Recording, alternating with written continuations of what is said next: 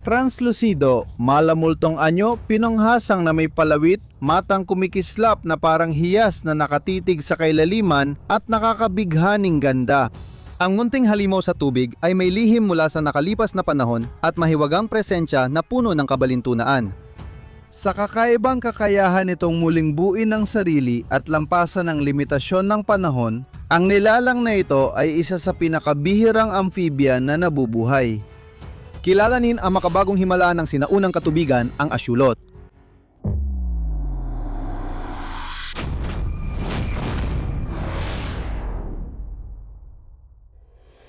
Ang asyulot o asyulot na tinatawag ding Ambystoma mexican ay isang pambihirang pedomorphic na salamander na matatagpuan sa lawa ng Oquimilco at Calco sa Mexican Central Valley. Magkaugnay ng masalimuot sa katapat nito sa ebolusyon, ang tiger salamander, ang mga axolotl ay may mahiwagang pangakit. Sama-sama, bumubuo sila ng kahangahangang species complex na sumasaklaw sa lahat ng Mexican salamander. Dahil sa kakaibang itsura nito, kamukha nito ang isang uri ng salamander sa tubig na tinatawag na mud puppies, pero hindi sila magkaugnay. Ang pangalan ng asyulot ay mula sa sinaunang Diyos ng Aztec na si Xolotl, na Diyos ng apoy, kidlat at mga halimaw sa mitolohiyang Aztec.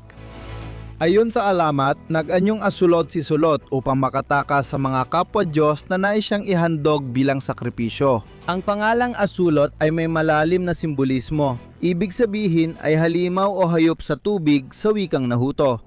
Ang isang adultong asulot sa edad na 18 hanggang 27 buwan ay may bigat na humigit kumulang 2.1 hanggang 3.8 onsa at may habang karaniwang nasa 6 hanggang 18 pulgada. Kahit nasa hustong gulang, ang mga axolotl ay may katangiang tulad ng larvae ng salamander gaya ng panlabas na hasang at palikpik sa buntot na umaabot mula sa likod ng ulo hanggang sa bandang puwitan. Habang karamihan sa mga uri ng salamander ay nawawala ang kanilang panlabas na hasang habang sila ay tumatanda, ang asyulot ay nananatili ang katangiang ito.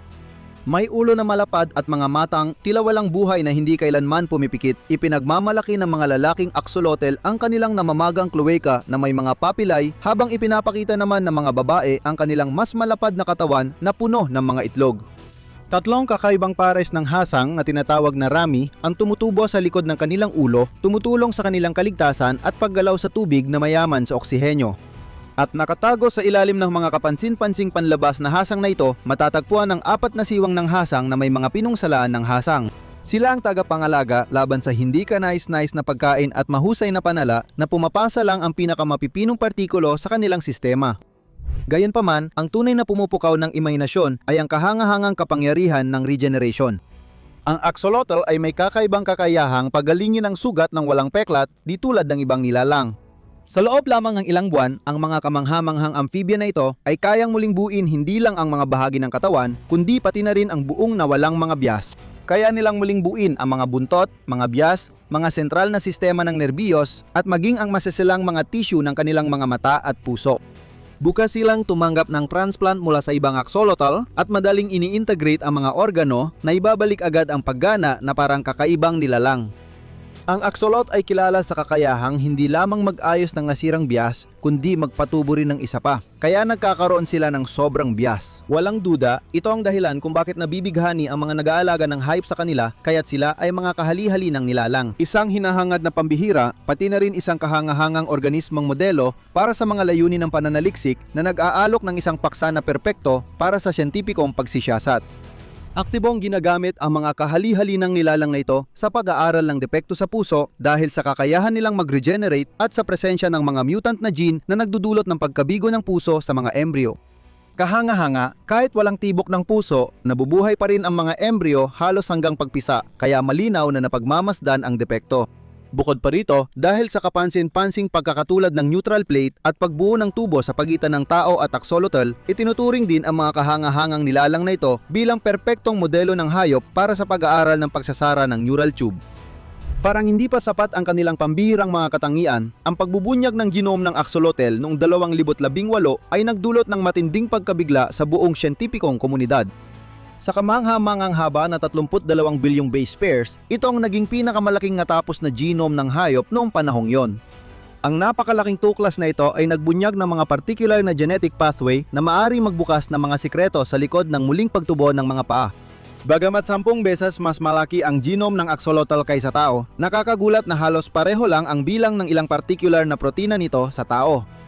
Ngunit isa sa mga pinakakakaibang katangian ng axolot ang dahilan kung bakit ito ang pinakabihirang uri ng salamander at sa katunayan, ito talaga ang pinakabihirang uri ng salamander. Ipinapakita nito ang neotony kung saan nagkakaroon ng sexual na pagkamaygulang kahit hindi dumadaan sa normal na metamorphosis ng karamihan sa amphibian. Bilang mga batang amphibian, Naninirahan sila sa mga kapaligirang pantubig, umaasa sa kanilang kahangahangang mga hasang para makahinga sa ilalim ng tubig. Gayunpaman, nagkakaroon ng kahangahangang pagbabago ang kanilang paglalakbay kapag sila ay nagiging ganap na adulto, habang ang kanilang mga kauri ay nagpapaalam sa kanilang tirahan sa tubig at umaangkop sa buhay sa lupa, ang axolotl ay nananatiling matatag sa mundong pantubig nito. Di tulad ng ibang kauri, ang axolotl ay kulang sa thyroid-stimulating hormones na kailangan para makagawa ng thyroxine na nagpapasimula ng metamorphosis. Dahil dito, nananatili ang mga hasang ng kahangahangang nilalang na ito at patuloy itong namumuhay sa tubig sa buong buhay nito kahit na ito ay ganap ng adulto. Kapag ang thyroxine ay ini-inject mula sa labas, nagsisimula ang artificial na metamorphosis na nagdudulot ng sunod-sunod na physiological na pagbabago sa axolot para makaangkop sa pamumuhay sa lupa.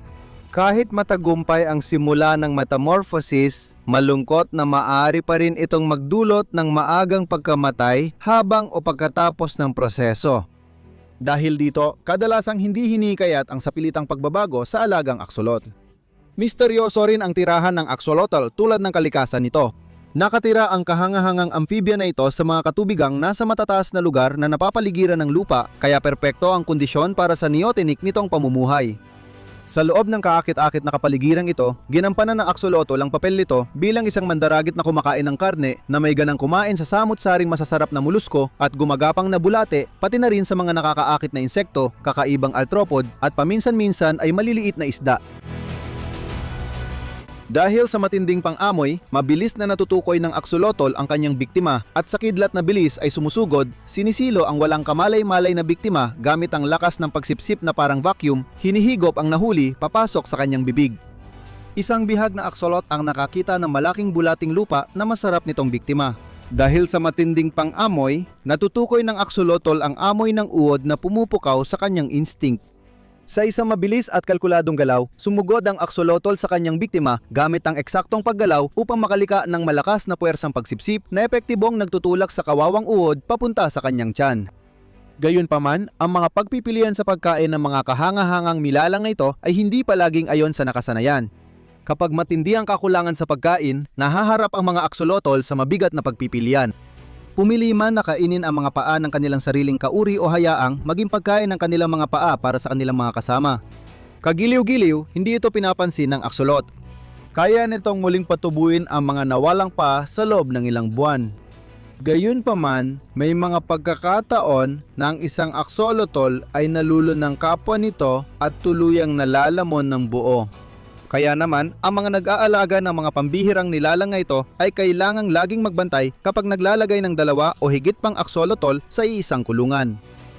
Sa kabutihang palad, ang maliliit na halimaw sa tubig ay hindi sapat ang laki o lakas para maging banta sa tao at kadalasan ay magiliw sa mga tao. Kahanga-hanga, wala pang naitalang insidente ng mga axolotl na nakasakit ng tao. Gayunpaman, minsan silang kumakagat sa amo, ngunit hindi ito masakit, walang panganib at bihirang mangailangan ng medical na atensyon kung malusog ang axolotl. Katulad ng ibang hayop sa dagat at tubig tabang, nagiging delikado lang ang mga axolotl kung may sakit silang dala na pwedeng makahawa sa tao. Tandaan na ang mga axolot ay walang natural na lason, kaya kung nalason ka ng isa, may ginawa kang kakaiba. Nakakatuwa, kapag nakagat ka ng axolot, mas malamang na mas mapinsala ang axolot kaysa tao. Maaring nakakagulat ang katotohanan ito, pero mas mainam na maging maingat kapag inaalis mo ang iyong kamay o daliri mula sa kanilang bibig kung ikaw ay nakagat. Ang biglaang paghila o sobrang lakas ng pag-alis ay maaaring magdulot ng matinding pinsala sa axolot at posibleng masira ang kanilang marurupok ng ngipin dahil sa lakas ng puwesang ginagamit kapag inaalis mo ang iyong daliri. Dahil mapag-isa sila, maaari silang mabuhay ng 10 hanggang 15 taon at parehong lalaki at babae ay maaaring makipagpares sa maraming kapareha. Nagaganap ang kanilang pag-aanak mula Marso hanggang Hunyo kung kailan nangingitlog ang mga babae ng 100 hanggang 300 itlog. Dayunpaman, sa kabila ng ganoong dami, ang populasyon ng axolot ay nahaharap sa hindi tiyak na kinabukasan. Nasa bingit ng pagkawala, isang matinding banta ang nakamba sa mga bihirang amphibian na ito na pangunahing dulot ng pagkawala ng kanilang likas na tirahan. Dati, malayang gumagala sa Mexican Central Valley, pero ngayon, sa maliit na bahagi na lang ng lawa ng Pocamillo, sila matatagpuan. Pinagtagpitagping artipisyal na kanal, maliliit na lawa at latian ang lawa ng Jocamillo na ang kumikislap na tubig ay saksi sa epekto ng gawain ng tao. Ang mababang kalidad ng tubig ay patunay ng patuloy na pangailangan ng aquaculture at agrikultura sa rehiyon. Hindi lang yon, malaki ring banta sa katutubong axolot ang mga dayuhang isda tulad ng Nile tilapia at karaniwang karpa. Kinakain nila ang mahahalagang itlog ng axolot at matindi ang kanilang pakikipag-agawan sa kakaunting yaman. Kaya't ang mga dayuhang ito ay nagkakaroon ng kalamangan na natutulak sa populasyon ng axolot sa bingit ng kawalan ng pag-asa. Ayon sa opisyal na tala ng IUCN Red List, ang populasyon ng axolot ay tinatayang nasa pagitan lamang ng 500 hanggang 1,000 na mga nasa hustong gulang na individual at kasalukuyang itinuturing na kritikal na nanganganib nasa bingit ng pagkalipol habang patuloy na nababawasan ang kanilang bilang araw-araw.